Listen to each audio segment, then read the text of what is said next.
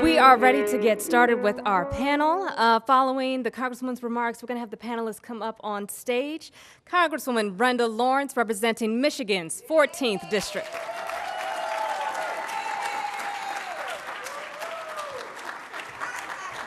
Thank you, thank you, thank you.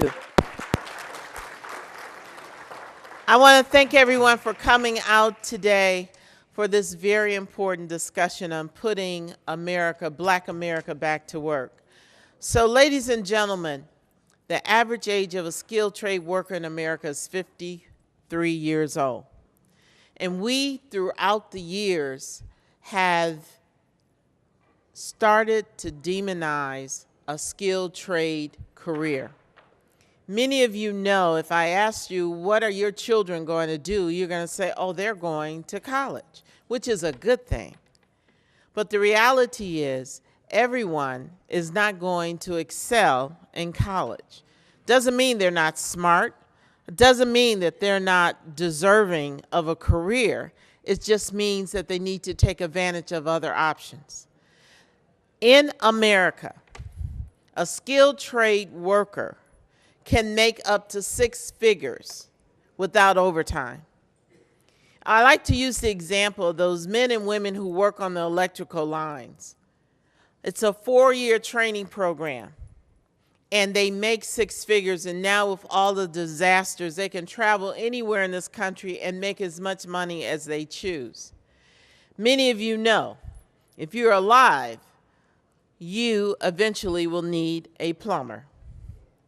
And a plumber, if you called them, whether you're living in a shack or a mansion, it is not cheap if you call a plumber and you don't have any other options. It is a job, a skilled trade, that you not only can make a living wage or make a middle class salary, you can be an entrepreneur. One of the jobs that is really in demand now, a lot of people don't even think about, are welders. So Boeing, NASA, the airlines, they're all talking about the need to have welders. And I will tell you, we're getting ready to build a bridge in Detroit, from Detroit to Windsor. And I have been told that we're bringing in welders from Vietnam because we don't have enough trained welders to meet the requirement of the job. So, ladies and gentlemen, as we sit today and listen to this amazing panel, I want to energize you and know that having a skilled workforce is not just putting people back to work, which is what my objective is to expose our unemployment. Do you realize that African American unemployment is at 8%, the highest of any ethnic group in America? Where are those jobs? We in Michigan have started a skilled trade workforce class in prison. So as these returning citizens, if they had a nonviolent crime and they're eligible for parole, we have went into the prison to start welding skilled trade classes. They're getting job offers before they even leave prison. The demand is so high. And we know if we want to stop recidivism of people going back to prison, you have to give them a job, and they have to be able to support themselves because they know how to be a criminal. They pass that test.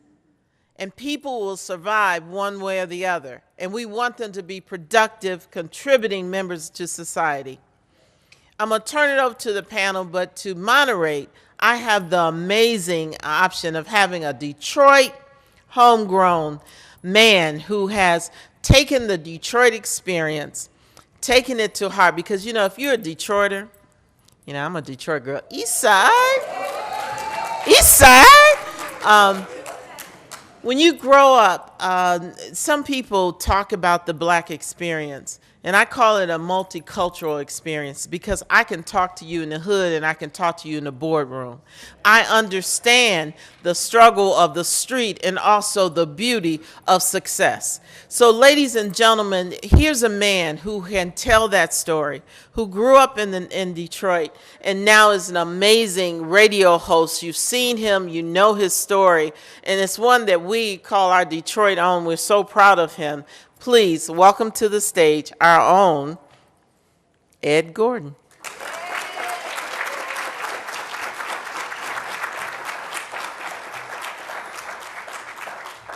Thank you all. Thank you all. And he's nice to the eyes, too. I paid her for that one. As the crew gets up, we're just going to bring them up and seat them. I'll just do some housekeeping. We're going to have an opportunity for you to ask questions. I like to get to the questions sooner than later because often we come to these and time runs out. People get mad because they didn't get their question. So let me tell you this. I would tell you when we move to the questions, get your hand up early. That way we'll make sure that we get you in. If we don't get to you and time runs out because you were shy, don't be mad at me. Okay, so we'll try to get to as many questions as we can. And just so I don't have to answer the question, because I'm asked every 10 feet, to Brenda's point, Detroit did come out when I was with Omarosa, but I did the best I could do, y'all. I did the best I could do. So let me do this. Let me introduce this panel to you, and forgive my voice, but my sinuses are acting up a bit. But we're going to get through this. So we're going to get the panel involved. We're going to start them out, and then we're going to move to your questions. And I'm told, though I see a standing mic, so do we now want people to go to the standing mic rather than a roving? Go to the standing mic. So go to the standing mic. Lastly, I would ask that you keep your questions short or your statement short, and that we'll get to you as quickly as possible. All right. They're not in the order that I have here, so I would ask that you just raise your hand as I read your title, and we'll go from there. First, Sloane Evans, Vice President of Human Resources of Georgia Power. Please welcome her.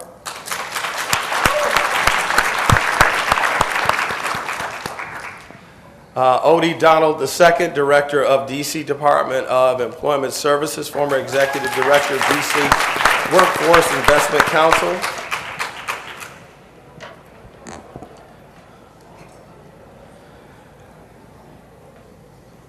Damien Hooper, Chief Diversity Officer at eBay. Ferdinand L. Risco, Assistant Executive Director for the Transit Authority of River City.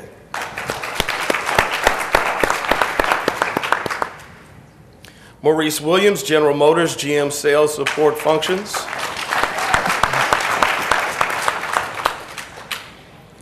Judy Beard, American Postal Workers Union, ALF-CIO. She clearly has brought her own cheering section.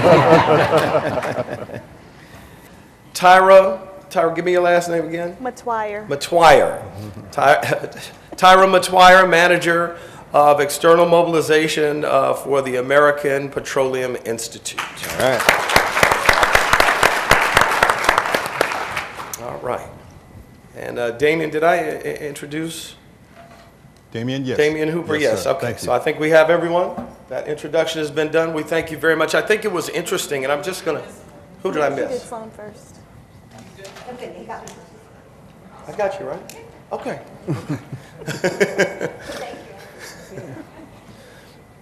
Want me to do it again? Sloane Evans, come on. All right. Let's get into it. Let me ask this, because I think what the Congresswoman brought up was exactly right. When we talk about skilled trades, particularly those of us who are of a certain age, there is a natural thought of what that used to be, and particularly if you came from the Rust Belt, that was a job and a career and a lifestyle that could give you a very decent lifestyle that was, quite frankly, in par with anything black college graduates were getting at that time. Is it fair to say that even though these jobs are out there, that life as we knew it for a group of people is gone, or is that a misnomer? Is it still out there for a great majority of people? Anybody? It is still out there. And good afternoon to you all.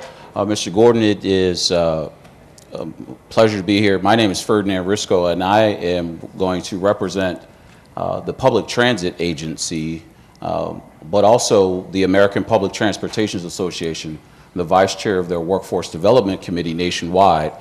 And in public transit alone, there are nearly 250,000 jobs that are going to be opened in the next 3 to 5 years. And they are not living wage jobs, but as the Congresswoman spoke of, very high-paying jobs. And they are there, they're open, and we are in search of skilled trade workers every day. And it is our outreach in efforts like this that we hope to have folks come to public transit. But very specifically to your question, I think it is about perception. Perception that they are not or less than, but they are very, very lucrative positions available. How do we get that word out? How do we make sure that people understand that this is not a dying sector? I think it's really about education. It's Yes. about letting people know what those opportunities are. So since Superstorm Sandy 2012, just investor-owned utilities have spent $175 billion on infrastructure, on transmission, distribution. We are very capital intensive. That is going to continue to grow. We're building things smarter, more efficient, more environmentally sound. And so when you think about stability, and you think about wanting to have a job that you can have a career and work for as long as you'd like to work, that's what we offer with a lot of these companies that have skilled trade. So it's about letting people know what that opportunity is and how to get involved. Maurice, let me ask you specifically, I see you were getting ready to go, and then pick up on your point as well. But when I think about, again, the city I grew up in, the idea of it being a magnet for particularly African Americans from the South who made their way and found a great living and passed it on oftentimes. When I think about car companies today, though, I think about a different skilled laborer, and that is because a car really has become a rolling computer to a great degree. Exactly. And we're seeing General Motors and others move their way into different sectors. So now you have the marrying of two possibilities, someone who went to college and beyond to be able to work on the same vehicle, as Brenda said, as someone who didn't have that opportunity. So tell me about the uniqueness of what an automobile industry and others like it have now. Well, the beauty of the automobile industry is it's transportation. Transportation is not going anywhere, right? It's changing. It's a little more sophisticated today. And just like the comment earlier, the median age of those people that are working in our manufacturing plants are, up in the mid-50s. And so often what's happened is there's just a lost art of working in the factory. There's a lot of other occupations that are being touted around the table when you're sitting down at the dinner table and in various groups that are maybe a little more sounding sexier than working in an automobile plant. But when you look back at what a lot of the people that have made a living working in the automobile industry, especially in the manufacturing side, they've made a great living. The bar has been raised a little bit. And what's happening is we've got more technology today. It's not a simple blue-collar job all the time anymore. It's more sophisticated. It requires a little bit more education. But there are also a lot of means in getting that education. And I think what we need to do is we need to make sure that our youth are exposed. I think it's a matter of exposure to what the opportunities are, not only from a manufacturing perspective, but I also want to talk about the automobile retail sales and service opportunities. I mean, we've got over 4,200 dealers, General Motors dealers. Now you add up all the other manufacturers that have automobile dealers across the country, and this is just the US as well. There are a ton of outlets in which they are needed high-skilled technicians to work in those stores, in those shops. And they used to be shops. Today they're more like labs because they are a little more sophisticated than what they were before. But you can make some tremendous earnings. Let me just share with you here a statistic here. The median wages. When you look at the automobile dealer and some of the jobs, and particularly in the skilled labor, when we talk about service, a service manager in a dealership, the median annual wage is $113,000. Not many people know that, okay? And just going down to a service consultant, that's the person when you drive into the dealership that greets you and talks about, takes your concerns and lines it all up and lines it up with the technician. That service consultant is $60,000 a year. Now, stores vary, size of stores, metro markets, small markets, but the point is when you compare that medium annual income versus your typical industry workplace, it is really a great opportunity. So I just think it's awareness. I think we need to start at the younger levels, high school levels. We need to start educating the people about these opportunities at the high school level and making sure they're putting and considering those retail opportunities as far as future. You wanted to say? Yeah, I wanted to just piggyback on that because to the point of the technology and how it's impacting even the middle skills jobs is what we call them more than blue collar, but it's just the range of these jobs. It is that we have to figure out how to also, everybody's talking about or has been talking about STEM and STEAM, right? Then we act like that's totally separate from this. But you can't become a welder, an electrician, a pipe fitter. There's lots of things that you disqualify yourself from if you stop taking math in the 6th grade. So we have to think about this stuff earlier, and you have to think about it more broadly, and we have to stop. We have stigmatized blue-collar jobs in a way that it's just for certain kids or people who can't do other things. Right. And that is not at all true. I mean, I represent the oil and natural gas industry. We're the National Trade Association for the industry. And I will tell you that, to Sloane's point about infrastructure, every time you hear anybody in private or public talk about infrastructure, you should be thinking about high-paying jobs. The same skills that it's going to take to rebuild cities like Detroit, bridges in Pennsylvania, across the country, our pipelines, the electric grid, those are all blue-collar, skilled craft trade jobs. I will have a PhD by the end of this year, and lots of those people make a lot more money than I will ever make. I'm sorry. No, go ahead. I just think that the stigma is a problem, and especially in the Black community, it's a problem because our parents and grandparents who did these jobs and said they worked this hard so that their kids could go to college. And to Congresswoman Lawrence's point, if your child and you have the means to send them and pay for it so they don't end up in debt forever and ever and ever trying to pay it back, then send your kids to college. But I also think another thing we have to keep in mind, college not now doesn't mean college never. If you get a skilled craft trade and you start putting yourself through, you understand what you want to do and what that looks like for you, you can get a craft. Either you have money to pay for it or the company you work for will pay for it, and then you build into something that you can go to college. You can build your life around a skilled craft trade. Damien, you had your hand up, and then I'll come to you, Judy. But I want to. Yeah. I didn't want to step on your applause. You was looking at me like they're trying to applaud me. Damien, I want you to pick up on, I saw you raise your hand, pick up on your point, but I also want you to talk about how we can kind of turn the tide and get some of that stigma away, because I think what eBay has done, just in its change of society, has made it interesting, because even though to some degree, particularly when you talk about distribution of eBay, warehouse, I mean, it's seen just from the marketing of eBay differently than I think a lot of other jobs that way are seen. So pick up on your point and then take that question. Sure. So again, pleasure to be here. Look, I think that there are two things that we need to erode this stigma around some of these opportunities. One, relevance, and two, role models, right? So in tech, we often talk about the fact that it's hard to get our young people in our community into tech because they don't see role models who look like them. They don't see a Mark Zuckerberg who looks like them, right? But if we could have some of the people who are making $113,000 a year go back to middle school and to elementary school and to talk about what they're doing, but tell students how much money they're making. I went and spent some time in some elementary schools in North Carolina to talk to them about tech, and you should have seen one young brother was in the back of the room drawing Air Jordans during my entire presentation, and it irked me at first. And when I told him what people were making in the industry, he stopped and his eyes lit up and he said, "Oh, okay, I got it."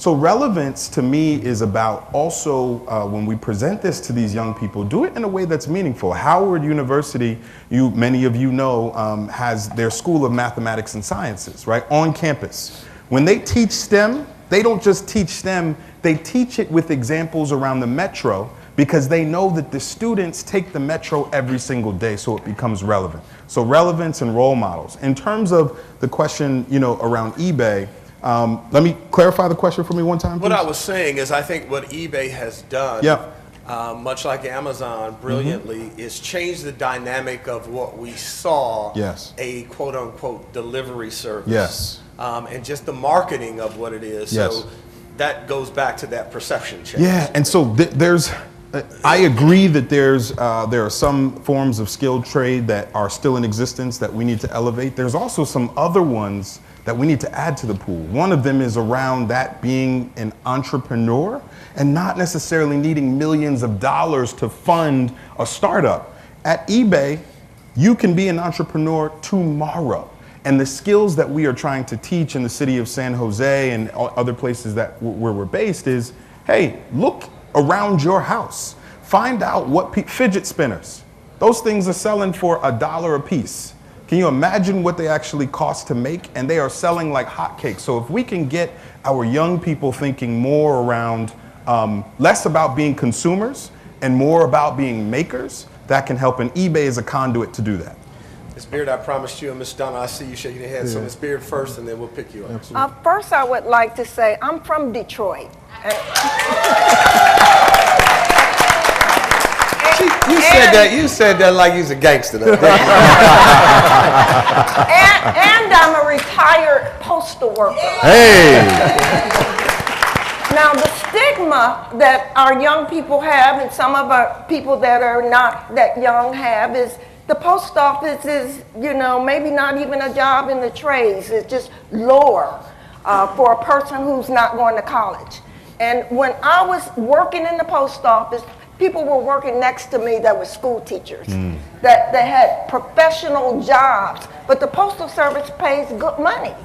The average postal employee right now gets $50,000 a year, the career employee. But postal employees tell me, I took home $70,000 last year. I worked a little overtime.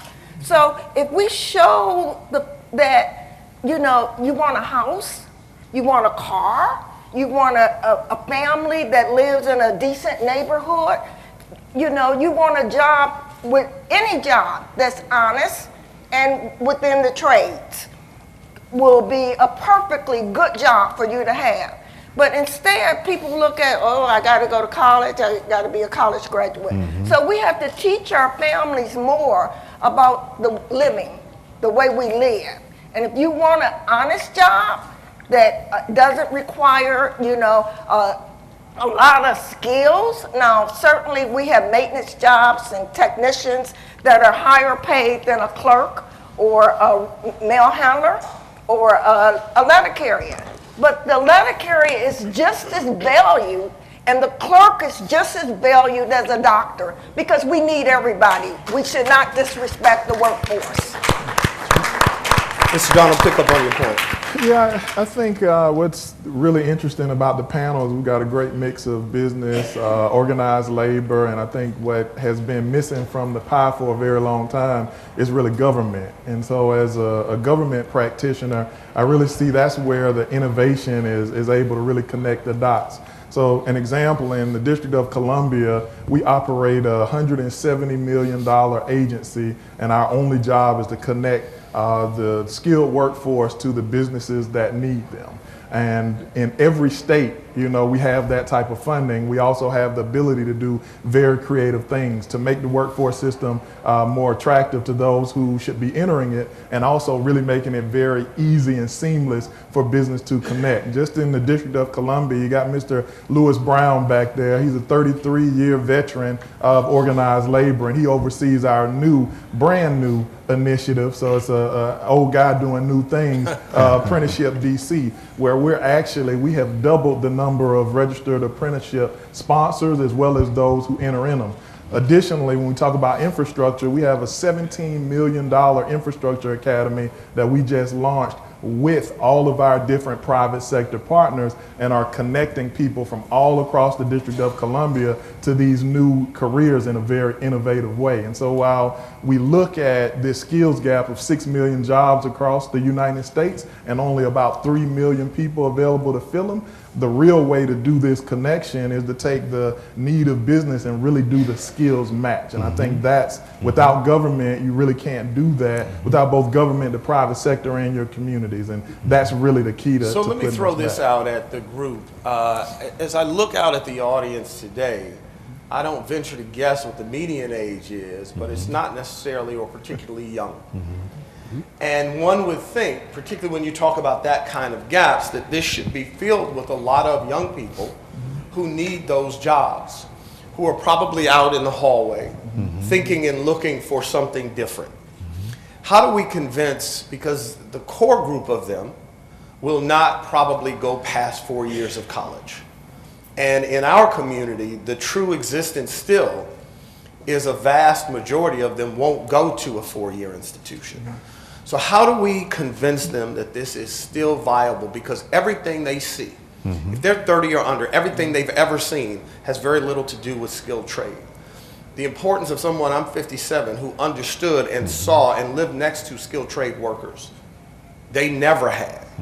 How do we bring that back in the sense of making them understand that this is vital and important? Is it convincing them though, or is it connecting them? I think it's teaching them. I think when we look at it here in the District of Columbia, we run the Marion-Barry Summer Youth Employment Program. I say it's the Coca-Cola workforce programs, best in the nation. 13,000 kids every year get connected to new opportunities that they didn't know were there prior to coming in. So, you know, we got a guy, Malik Jennings, was waiting tables or attempting to, and got fired from about 3 different jobs before he went through the Marion-Barry Summer Youth Employment Program and connected to the infrastructure industry. And he was the first person to actually enter through that program, and now will be making about $32 an hour at Pepco starting next month. I think the key piece isn't so much, I think and I'm probably one of the youngest on this panel, so and not as young as those guys are, but what I would say is, you know, the perception sometimes starts with the decision makers. And so when we look at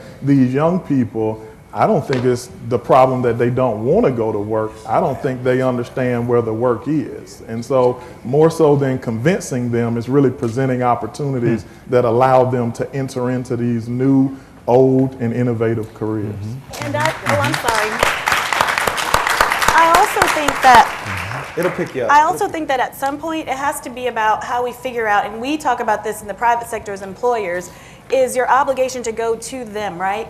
To find them in their churches, in community-based organizations, in youth centers, right? Because you can't just sit in our big buildings and think that they're gonna come and show up because we built it and they're gonna come. So how do we figure out how to connect to what the brother from eBay said? Like, I think that's absolutely what it is. And until we have all those role models and those people, then we have to bring it to people that they trust and that they know that can help us with what the message looks like. So we have to create a lot more messengers. So that means making sure that pastors and leaders in the community and community-based organizations understand what the opportunities are, especially when it's in their communities, and so taking it to them so that they can figure out how to access the training and the jobs. And you can't start too early. Right. I mean, Absolutely. high school's too late. I mean, It it's is. elementary schools. It's really starting very early to say that this is science and technology, and I'm interested. It's making it relevant. Georgia Power, we work with FIRST Robotics, so we're getting kids in middle school, elementary schools building robots. Very true. And then talking about how that translates into energy. That's how you start to build some of that momentum. And then they convince their parents, and no, this is what I want to do, and this is a great viable opportunity. And we hear that a lot, it's that, you know, people want their kids to go do something different and better than what they did. You know, in college being the goal, but everyone isn't suited for college. And it's not that you can't go to college, it's that you might not want to go to college. Or for us, folks that go into the military and then leveraging that to be a great source to get folks involved in it. I mean, it's really leveraging all those different channels, but you can't start early enough. Yeah, we're trying to. We've got a program out there called GM Automotive Service Education Program. It's called GM ASEP for short. And all you need is a high school diploma. So we're trying to work with our dealers, and we're reaching out as much as we can because we're not as spread as we need to be. We got about 60 locations where we partner with our dealer and a local community college to provide them with a curriculum that will help teach these young high school students how to get into this trade of service technology. And then at the same time they're going to school, they're also having a chance to work at the dealership as an internship. So it really keeps them involved. It helps them with their finances. It helps them fund the tooling and things they need as they grow in this technician world. But it also gives them some insight and an opportunity to see what the potential is as a young high school graduate in branching out into this world. And so we've got about 60, and if you want to know some more information about that, we can talk about it afterwards. I can give you a website you can go to.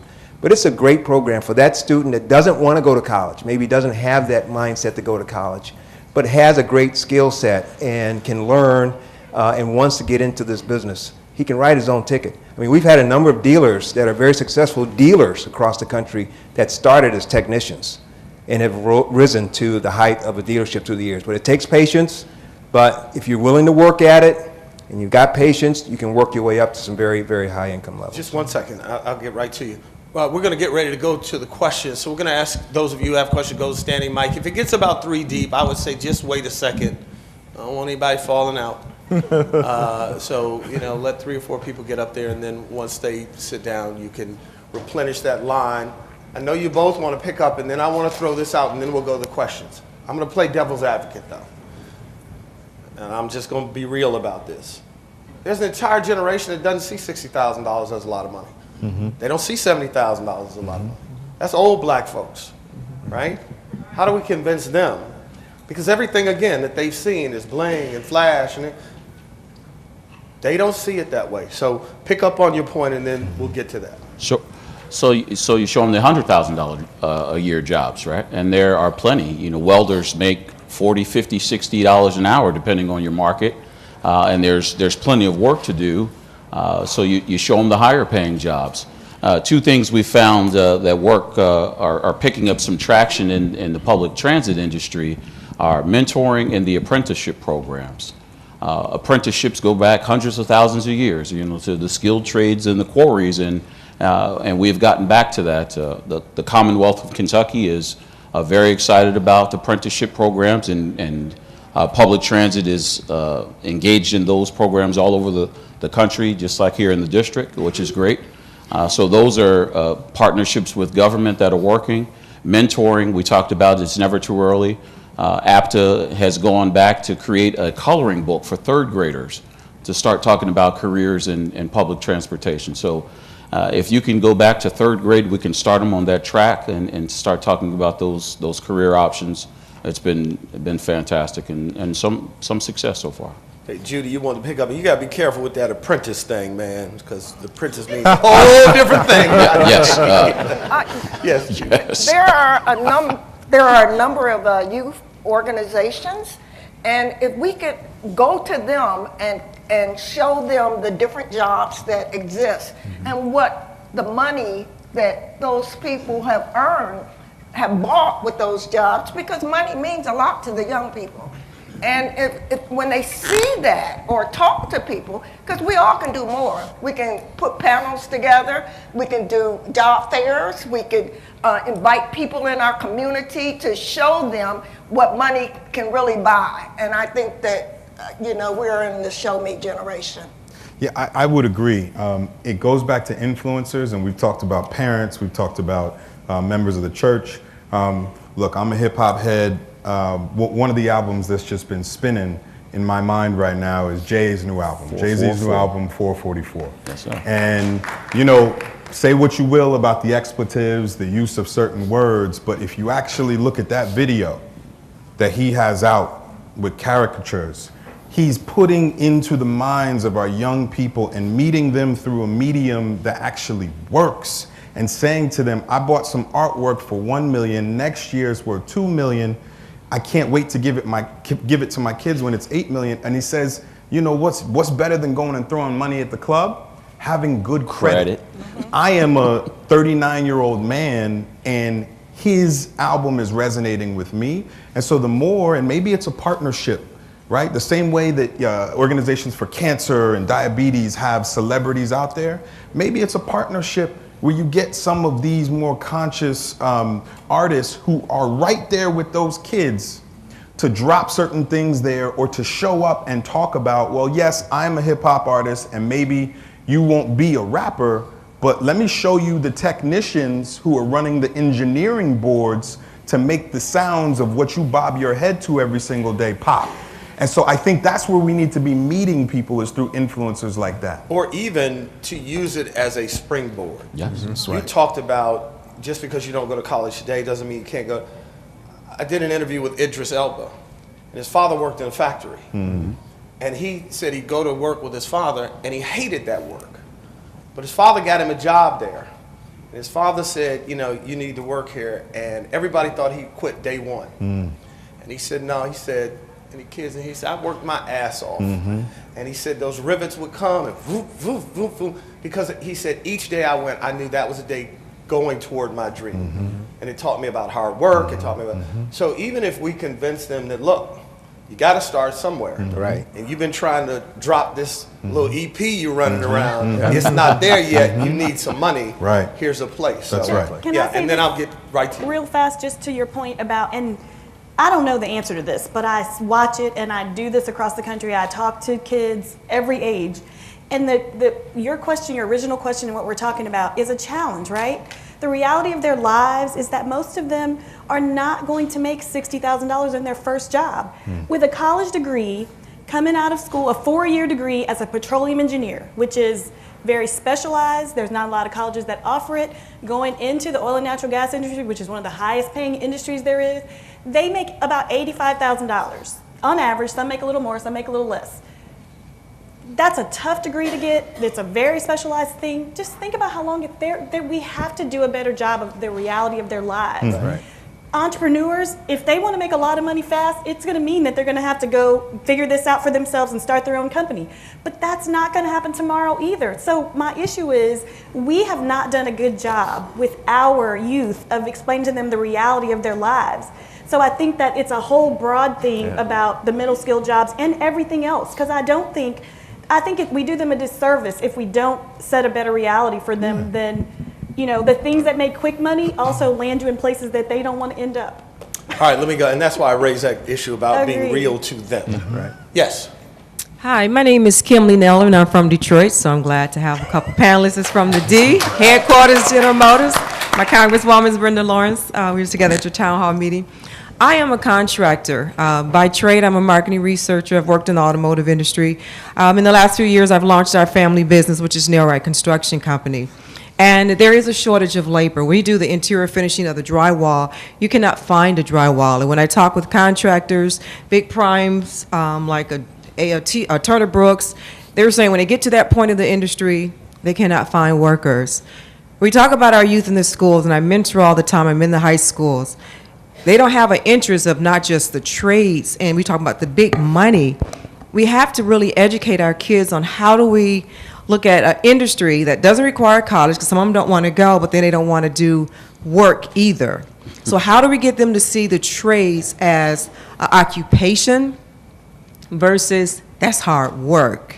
And we talk about what age to reach them. I did a career day with second graders, and I took in the hard hat and I took in a piece of board, and they were amazed that buildings have to get built. So I think it's the thing of, we can't think about hard work, but they don't understand things. How do we get them to understand that there's an industry where things have to come together, and where do we reach our kids at what age? Okay. Anybody? The idea of letting it be a career thought for them. So I think there are great examples out there of how you really connect the dots. You can probably hear it in my voice. I'm originally a Georgia boy before I came to D.C. No. And I can't wipe the residue off if I wanted to. But Nothing wrong being when from I the was South. in Georgia, we actually partnered with Georgia Power on Getting Energy Georgia, that initiative, and it's partnering with our state legislatures, our businesses as well as, our, again, local governments to make sure that businesses can't get into the high schools unless they've got, government support to do that. You can't fund all of these great initiatives unless you kind of got everybody at the table. And so I think everybody's right. You start young, but you also have messaging that supports where you're trying to go. So in that example, and that'll be the last time I use a Georgia non-DC example, but you had industry coming in and projecting where the jobs would come. Yes. And then you make it fun through everything like energy camps or the magic camps to get the young girls involved in an industry that they normally wouldn't be involved in. But it's just like when you're a kid and you learn how to tie your shoes one time and you continue to do that over and over and over. You expose folks to it young and then you follow that trail, making it something that becomes second nature more so than something we're forcing or convincing. And very quickly, I think we've done a disservice to young people in that we've allowed them to think there are two tracks. And this is old and consistent, but we've been saying it for too long. Athletics and entertainment. Yes. And what we do is we assume that career day is enough, one day a year to come in and talk about it. And we've not exposed them. On the television side, I make sure when kids come visit us that they go in the control room. They see me and they just assume, you're on the air. They think about a camera person. But there are loads of people behind that wall that get that show on that they know nothing about. An audio person, a TD, a person who runs a satellite, all the things that we have. So we need to really expose these young people to far more than we have. We suffer the same thing. They think it's just a bus operator. We have accountants and lawyers and accounts payable and everything in between. And yes, there are forward-facing customer representative, but there's a lot to public transit other than the operator. Sure. Yes. Yes, hi. My name is Sarah Reynolds. I am from, actually this area. And speaking of transportation, I am a retired worker on the transportation system here at Metro. At Metro. Well, thank you, but I don't know if you people that's been on the trains today, as long as it's running, because I was a mechanic with the trains. All right. Okay. Thank you. To make it briefly, I used to be one of the ones who started out as being, we have a woman mechanic, look at her, because it wasn't too many of us when I started. This is back in the late 70s and in the 80s. So as I was extending my experiences with the trains and running and what we considered non-traditional work for women was a great big issue, and it still is. My situation now is I go out and I speak to the girls and women concerning what we consider non-traditional work, letting them know you can and it's no problem, okay? And we discuss things. My question is not just starting work, doing the work on the job, but being able to have the support once you get there. Okay. And one of the organization, CLUE, that I belong to, Coalition of Labor Union Women, this is a national organization that go around the country supporting these women. Once you get a job, our main goal is to help you maintain that job without going through a lot of stuff. All right, so let me ask one of the ladies on the panel, the idea, as she suggested, that these many of these positions have been male-dominated for a long time. What are we doing to make sure that females, we saw it with the race issue, and African Americans, when we first cracked those doors, there was a need and a want to make sure that they were taken care of. What are we seeing for females? So not only do you have to identify and get people to come into your organization that do those roles, because the more people who are in them, then it's less about you being the only one and it being an anomaly. So you have to do that, but then you have to have an organization that supports you once you get there. So it's about inclusion. It's about helping that other organization, everyone else that's working, understand, recognize, support those efforts, and really make it be a workplace where whoever you are, regardless of whatever your thing is, you can come and bring your full self to work and do that. So, the way that we do that at Georgia Power, we leverage employee resource groups. We really partner with community organizations so that people have a support system not only to get you to want to come and work with us, but once you get there, we want to keep you.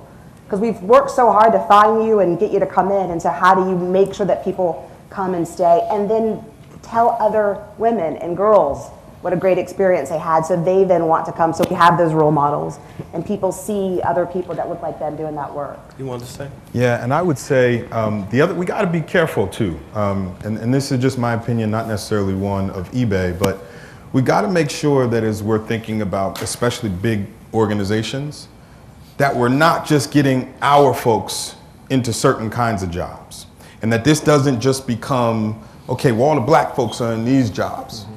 We got to make sure that we're doing that across the board, because as we're saying, even if this is just an entry point for many of our young people in the black community, they need to see somebody who maybe is in another position in another part of the business, so that once they plateaued there, they can say, oh, okay, this is another thing I can do, right? And so I would, and at eBay, that's one of the things we do. We have a lot of folks in customer service. We have folks doing all different kinds of jobs, and we focus there on diversity, but we also make sure, well, there's going to be a lot of people in those roles, but there are going to be some other people in these roles, and they should mirror each other. Can I go back to the one Very thing quickly just for real me. fast? I'm sorry. Very quickly. So for us in the oil and gas industry, something we've been focused on for 2 years are specific things about girls and women, because right now only 19% of our workforce are women. Our projections say that between now and 2035, we will grow 1.9 million jobs. 57% of those are blue collar, skilled craft trades positions. If we don't figure out how to get more women in those jobs, we will make zero difference in increasing the number of women in our industry. So it's a huge issue that we are focused on, our companies and as an industry, but we need a lot of help, because you guys who do it already know that it's a huge challenge, and that, so we need a lot of help, and we're happy for your ideas, but when we do get to go out and talk and do programs specifically with girls, it makes a big difference. All right, so we got 5 deep. I'm going to ask everybody who's at the mic just to shorten your question a bit, and let's get to as many answers as we can. Yes, sir. Good afternoon, everyone. My name is Dennis Nelson. I am the project director for CSEP, which is the Senior Community Service Employment Program out of Baltimore City and some of the surrounding counties, about 5 of the surrounding counties. And so as we talked about, the conversation shifted into diversity, which is appropriate because I'm talking about seniors. Individuals 55 and older, we're trying to look at seniors 50 and older. So I have 2 questions specifically for that population. I've served a lot of other populations, but I got to represent for my seniors now. How are the skilled labor jobs increasing retention of our experienced skilled workers? A lot of these labor jobs have skilled workers that have been there for years and years, and maybe the technology is pushing them out, but how are we going to retain them? And are you ensuring that your HR departments aren't exercising ageism? From the beginning of this conversation, we got to recruit younger. By the age of 35, ageism begins your opportunity to get hired decreases by 14%, another 14% by the age of 55. So that's really my question. Focus on seniors. I got you, and you just screwed me up because you said 55 is senior. So you just made the cut. You just made the cut. I'm 2 years over that, Doc. Okay. Anybody? I'm going to sit down. I'm tired. I can tell you that that is a huge concern, but none of these industries are moving that fast. And I'll take transportation, both transit and the rest of transportation. While we are at one end, we have electric buses. I also have diesel buses on one end. So the workforce is changing, but I still have mechanics with wrenches, and I need that base of knowledge and skill and how to do it the way we've been doing it for 35 years, while I'm changing to move it forward to all electric and new technologies in new ways. So we need both, and we need the knowledge transfer along the way. So it is not about moving folks out, it's about doing it differently and maintaining that knowledge. Yet the truth of the matter is, and you pick up on your point, but the truth of the matter is everything is skewing younger, moving younger, everything. I mean, and it's just not me getting older. Right. The truth is everything has a quote unquote millennial component. They want this. So how do we make sure, to his point, that we don't devalue some of what older folks bring just by service of life? Yeah, there's no question. As you look at the automotive industry, we all hear about it every day, the shift to electrification, the shift to autonomous vehicles. So there's definitely a movement towards new technology. And really, that new technology, it takes people that have the basic technology, and in many cases, to migrate, to be able to make that migration into some of the new technology as well. It's not going to happen overnight. So there's always going to be a need for the older technology as we shift into the new technology. So there's no movement to move anybody out. It's all a matter of teaching the people that are willing and wanting to learn the new technology, in which we have ways in doing that, and our company's doing that, but it's also trying to bring in new people that are willing to learn this new technology up front as well. So it's a migration there. It's not an elimination and replacement, because you're going to have a period of time there where you're going to have both going on at the same time, and you're going to need everybody. We should also make sure that when the younger generation comes to that workplace, that they don't lower the wages and lower the benefits. Too often they want to push the senior person out in order to bring cheaper labor about. And the unions are on top of that real strongly to make sure that wages are paid fairly, regardless of generation. All right, real quick, last one. Well, I'd just say one key thing about technology is that the purpose is to really simplify processes, not so much adjust the people piece. And so companies commit to leveraging technology in that manner, you can actually extend the life cycle of our mature workers instead of pushing them out of the workforce. But you have to have a CEO or somebody who's visionary enough to That's know what's that. required. Because Absolutely. otherwise it is about the bottom line, it is about the dollar, and to your point, if I can get somebody to take $13.50 an hour instead of $25.75, I'm taking that $13.50. But because you hit on that bottom line thing, what a lot of people miss is that diversity and inclusion is not a nice to have. It's not something we do, the smart companies and organizations, we don't do it to stay out of harm's way when it comes to litigation. And we do it because there's research that shows that a more diverse team across all different categories of diversity drives innovation. And so the invisible hand of the market will correct this for companies that don't get it, because if you have a group of Generation Xers or boomers only and no millennials, eventually you will fail, and the other way goes too. So it's not a nice to have, it's a business imperative. And diversity and inclusion is directly connected to the bottom line. But I will tell you that I have seen for generations, people buck that. Yeah, of course. And they will understand that diversity is quote unquote better for your business. Yeah. And you go up in that C-suite and take a look around. Yeah, I got you. Got you. Yes. We live that. Hi, how you doing? My name is Blair Kareem. I'm from New York City. Just a quick bio. I'm a Community Board 12 member, been the youth chair for over 8 years. On my spare time, I go to conferences like this. We have to address the issue of the fact that we're not sharing information. And this is no offense to anybody on the panel. When I come here, it sounds so easy. But when I'm going around getting information for young people, nobody want to hear what they have to say. I know people who have their masters. I help people go to school, get their GED. And what happens is when I go to these events and I say, I know these young people, or they come to the community, here we're one big family. When we go back, it's not what you know, it's who you know. Right. And we really got to get to the point where we hold each other accountable. It's not a competition among each other. So, I know, go ahead, sir. I'm sorry. So let me just say this, and I think what the Congresswoman has done here today is extraordinary, because to your point, it doesn't always happen. We are going to conclude this portion in about 15, 20 minutes. So you'll have that opportunity to talk to these folks at the table, so you can have that one-on-one and be able to directly connect with these organizations, and that it doesn't leave with just these people on the stage and they've got to get to dinner or their next event or what. So you will have that opportunity today. But I also say, and I've been doing these panels longer than you've been coming to them, the world is, unfortunately, it's who you know, not what you know. And so I think we need to start teaching our kids. I tell mine over there, look, my daughter was like, I want to make it on my own, Daddy. Okay, cool, but I can get you in this door. So understand what I'm saying. Too often, we've not allowed ourselves to play the game. We get caught up in, well, okay, but you got to make your dream. And so I'm saying today's function of this task force and what the Congresswoman has put together will allow you to do that, because you will have that time. And just to add another comment, last thing, it ain't that young people don't want to get involved or you have to reach out to them. Nobody's walking them through the process. Hearing something and somebody showing you the steps are two different things, and that's the most effective. Yeah. Thank you. Thank you, brother. All right. Hi everyone, my name is Michelle and I'm representing the Transport Workers Union. And before my question, I want to say thank you for having a union presence here. That's really appreciated. Yes, I'm a crew member.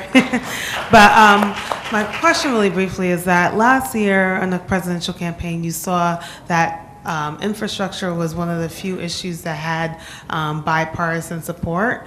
But it seems that after the election, for a myriad of reasons, it's now kind of fallen to the to the wayside. And even in like outside of the national conversation, but even municipalities, it's hard for to get buy-in, whether it's legislative, political, civic, et cetera, it's hard to get buy-in to get people to invest into infrastructure so that these jobs and the expansion of trades can be crystallized. So really quickly, if you guys can speak to that, that would be very helpful. Thank you. I feel like I'm the bad guy because I disagree with some of these things. I'd say that's not necessarily untrue, but not completely accurate. And so I probably shouldn't say this, but I'm not a huge administration fan. But what I will say is that there has been a very large investment nationally in infrastructure. While I think DC is a leader, and I may be biased, I'd also say all across the country, these local municipalities are reinvesting in roads and construction, but also transportation, energy efficient technologies. And so not only as a country, we're kind of reinvesting and doubling down on infrastructure. I think the missing piece, though, is that we're not connecting those jobs to the communities that we live in and serve. Right. And so that disconnect is where one of the issues is. I see a lot of head nodding there. Yeah. There's been, in the November election, 74% of the transportation referenda across the country were approved overwhelmingly. So there is investment, and again, there are jobs there. We have got to be able to continue to address the backlog, I think is the issue. There is such a backlog for infrastructure, particularly around transportation, and more specifically public transit, that there is such a gaping hole that we don't see our way out of it. If you look at bridges and tunnels and surface roads and how many buses I need to buy at my authority, we've got 60 buses that are past their useful life, and that's nearly 2/3 of my fleet. And so we have these ongoing issues, but I think it's the backlog. But there's been investment. There needs to be more, but there's been some. I know we got a lot of people here from Detroit. I don't know if you drive around Detroit today. I mean, every road is being worked on. Now, I don't know who's getting those jobs, and I don't know how that's resonating down on the lower levels, but I'm going to tell you right now, you can't go anywhere without construction in Detroit on the road, so. Well, we heard from the Congresswoman earlier about having to bring folks in from Vietnam to be welders. And unfortunately, you can't build a welder now for a job now. You had to start preparing that person to be a welder 5, 10 years ago. It's getting those programs back into high schools. They're being eliminated. Yeah. So it's really, you have to be so thoughtful and strategic about it. You can't start today. You have to think, if I want you today or tomorrow, I have to start building those programs now. As a former member of the Connecticut State Board of Education, it's the curriculum that you need to build. Right. And if principals in high schools are being evaluated on the number of students they send through the AP and how many students are college and career ready, and they're not building curricula around skilled trades, and so those programs are going away. Right. And so that is where the deficit began to start, that we just, if we're going to have STEM versus welding versus AP Latin, they're choosing AP Latin. And what are we doing with that except maybe creating doctors? Yeah, and so, yeah. In the Postal Service, it'll come on. It'll come on. It's a little different. The taxpayers don't pay for post office buildings.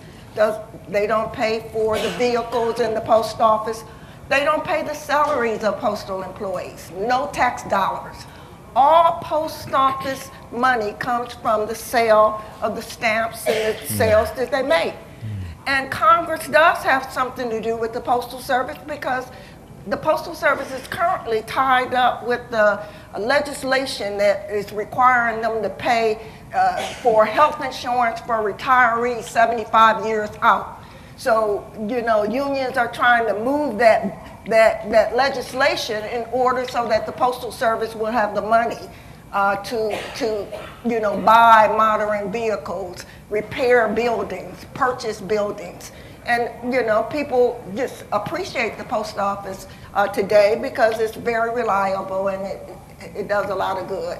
All right, so this is what we're going to do. The Congresswoman just asked me to make sure that we want to give you time to speak with everyone. We were going to cut it off at the last two ladies, but I saw you sneak up there. So if everybody promises to keep it brief, we'll get your question in as well. So let's go to those. These will be the last three questions. And then we're going to give you ample time to talk with the folks at the desks who, to that point, will be able to share more pertinent information and more pointed information if you so choose. Yes. Good afternoon. Good afternoon. Thank you so much for having this forum and having this conference. I am Esther Davis. I'm an independent television producer in Texas. And I'm a proud member of the state of Texas. It's good to see you also. And my question is totally different. We just had 3 major hurricanes in our area. What is being done about teaching our young people and putting Black America to work in oceanography, about the ocean, we need 50,000 truck drivers today in Texas. We also need more pilots because we are spread out, as you know, in Texas. So I went to one of the pilots associations and said, okay, what kind of pilots do you need in the next couple of years? He said, we need 400,000 pilots. And my last statement and a question for the panel is, can we all have a summer camp so that our children can come to that summer camp? The athletes are the only ones that have these big summer camps.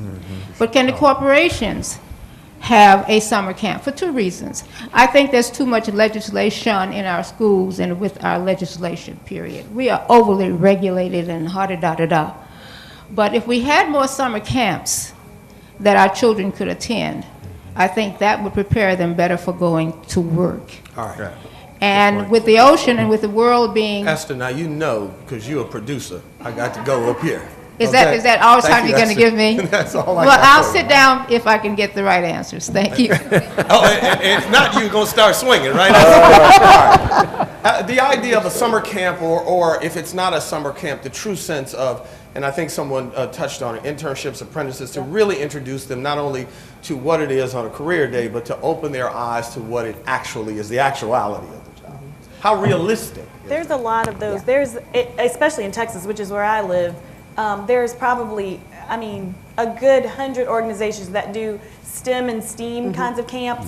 They do different career things. The challenge is, again, back to my issue of who knows about them and who doesn't know about them, right? So, and figuring out how to make sure that a lot more students and a lot more communities get exposed to those opportunities. But they are existing. There's lots of great organizations across the country that we try to connect with, because I go into communities and do programs, but I'm not going to stay there. So we try to connect with people who are there, who are existing, who can help them.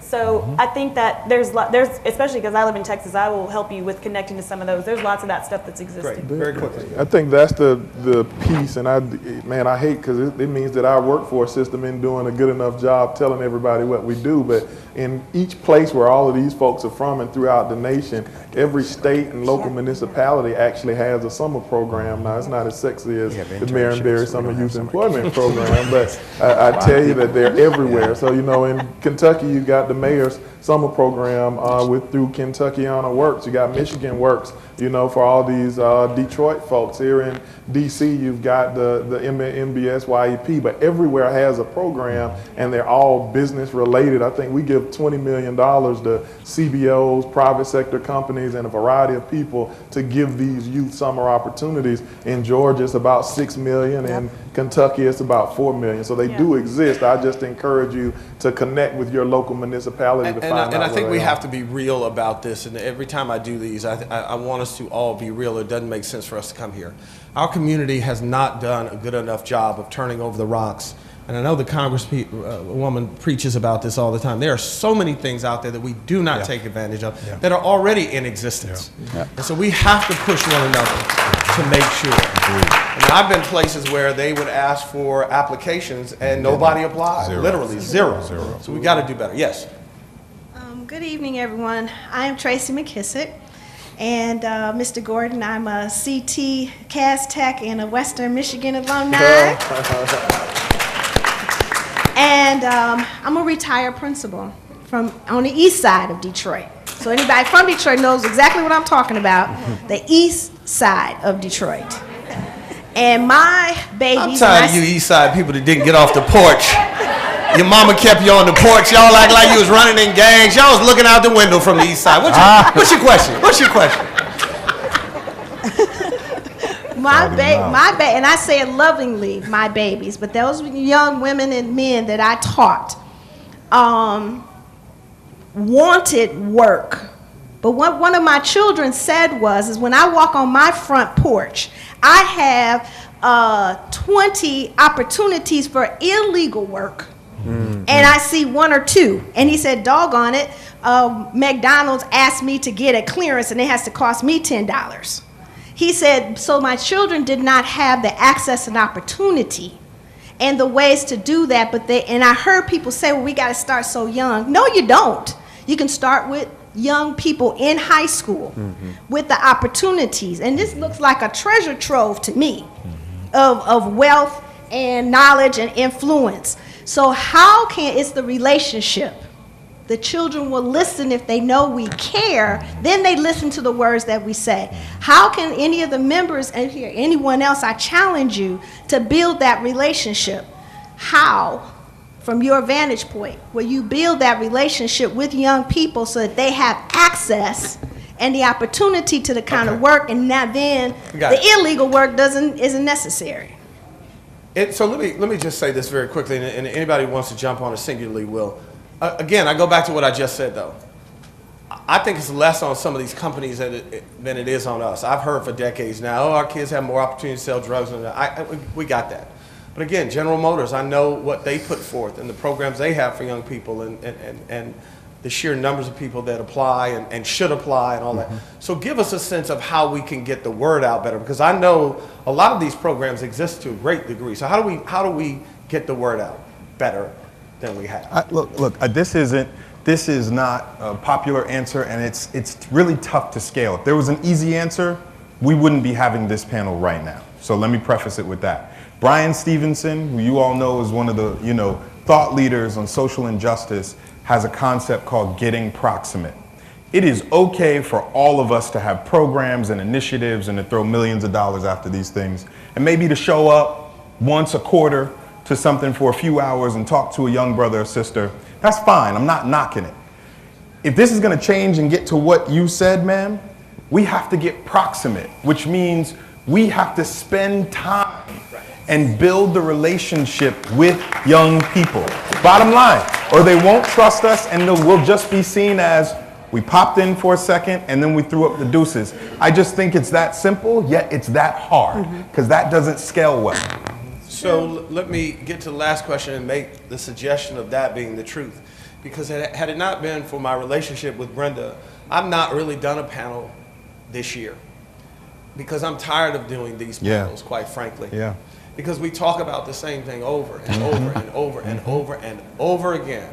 Roland Martin, Jeff Johnson and I were in the lobby this morning, and we all scaled back this year because we really feel like we can't keep saying the same thing, having the same narrative. That same dope issue has been going on for a quarter century now in our community. So in terms of utilizing young people in the way we do. So we have to start actually saying to all of us singularly, and stop waiting on corporations and all the other things we're waiting on. What are we doing? That we need to pull 3 or 4 people aside and say, okay, you're mine. You're mine 3 or 4. Agreed. Yes. And I will promise you I have practiced that part. Yes, last question.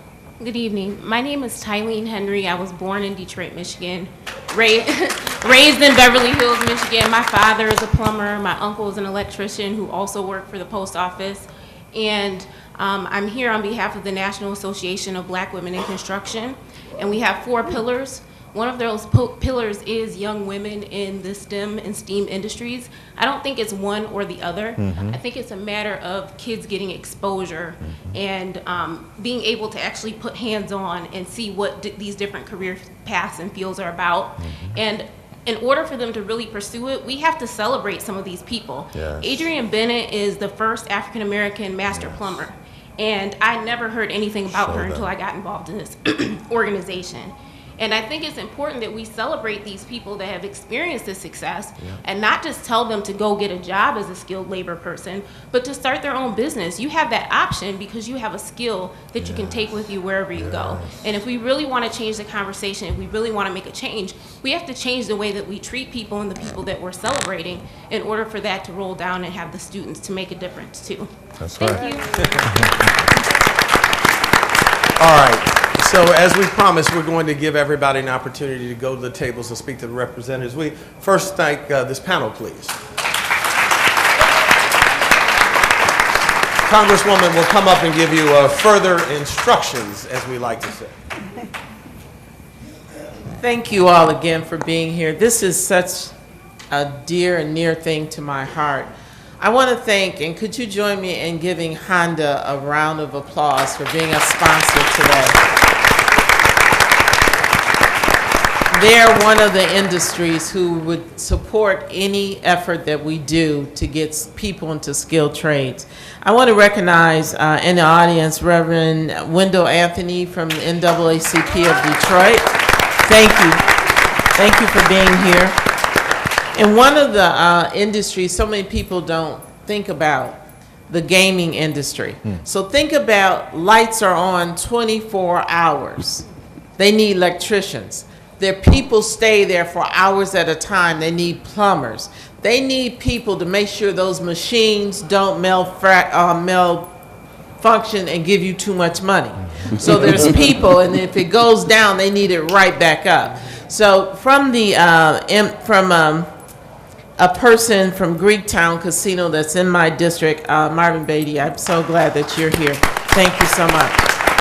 And if you want to talk to someone about the gaming industry, he knows it. I want to thank former state rep Lisa House, who now is a chief officer with the city of Detroit.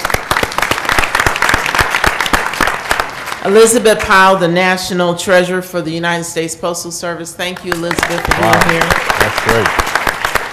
And I want to thank someone who, and I just want to say this as a woman, personal privilege. So being in Congress and being on call and doing all the things that I do, I just celebrate my 45th year of marriage. Wow.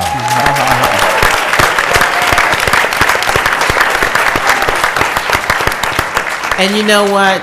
I can tell you there has been peaks and valleys, but he has always been my guy. And my guy is here, so I want to recognize him, Mac Lawrence. All right.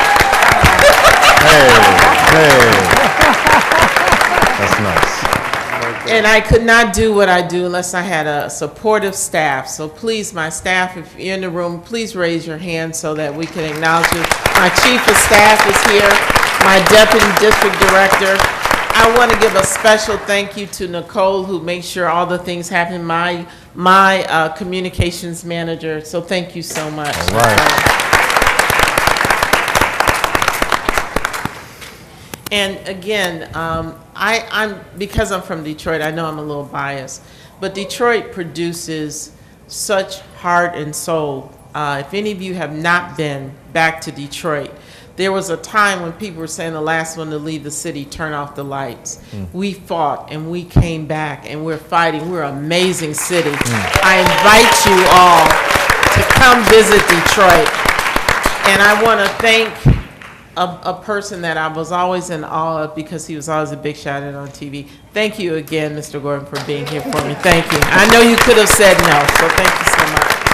So we're getting ready to wrap up. I do want to take from everything that you've said. You all have been amazing. So one of the things I wanted to talk about, we talk about infrastructure. Yes, there's construction going on everywhere. And if you drove through the city of, around streets in Michigan, you know they toe up. And I didn't say torn up, I said toe up. I'm bilingual. The problem and the challenge we're having right now in our government when we talk about funding infrastructure is just to fix the problems. We still have wooden pipes in the city of Detroit. Wow. Water infrastructure. Why did we have the flooding that we had in New Orleans? Why did we have the levees breaking in Texas? It's because we have not reinvested in our water infrastructure. What happened in Flint was a disaster. Yeah. First of all, it was horrendous because it was a government decision. But why don't we have our pipes replaced so there isn't lead in our pipes? Water is not a luxury, it's a necessity to live, and that's infrastructure. I was a mayor for 14 years, and they used to ask me, what keeps you awake at night? I told them, it said, you flush your toilet and you go to bed. I worry about that. When it rains and it's too much rain, it backs up, the sewers back up. We must make water infrastructure a priority. I know fixing a pothole is sexy and you like a smooth road, but in America, it is embarrassing the status of our water infrastructure in this country. We're going to keep flooding as these incidents happen. We have children who cannot drink water in public schools. They put bags over the fountains because the pipes are corroded with lead. We're better than that. But what we need is the innovation, the replacement, not just fixing a pothole. Our bridges. There's new technology out there where you can build a bridge that is stronger than steel and it won't corrode. We have not done that.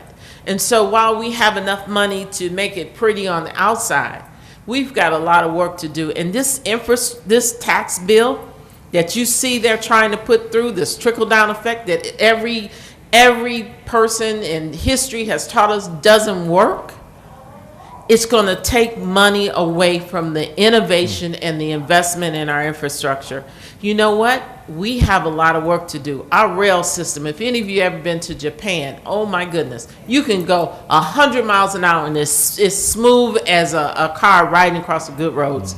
And we're still chugging down the road and and the trains are falling apart because we haven't invested in them. That's another form of mass transit that we can use. Putting America back to work. And yes, I'm concerned because I have the highest unemployment in my community, in the black community. But ladies and gentlemen, it's opportunities to turn this country around, get people back to work, and get this country to be, we're supposed to be the leaders of innovation and technology. So why isn't our infrastructure reflecting that? And why aren't we training a workforce to sustain that? Thank you so much. And you're going to see the work from me. I took away some things here that you had mentioned, and those two things that I know that we can do. Those summer camps, and that hit a core with me, because the athletes are consistently giving us those summer camps. Why aren't we having those summer camps? There's an organization called Black Girls Code. It's teaching young black girls how to code and to get into the computer and technology industry. There's things that we need to do, and I'm going to be hitting hard to get some we call them STEM. I just say take math and I can't say that. Take math, take math and make a difference, and getting people involved so that we can really do more than just have a conversation. Thank you so much. God bless you. And talk to the vendors. Hey, brother. Good doing the panel. Yeah.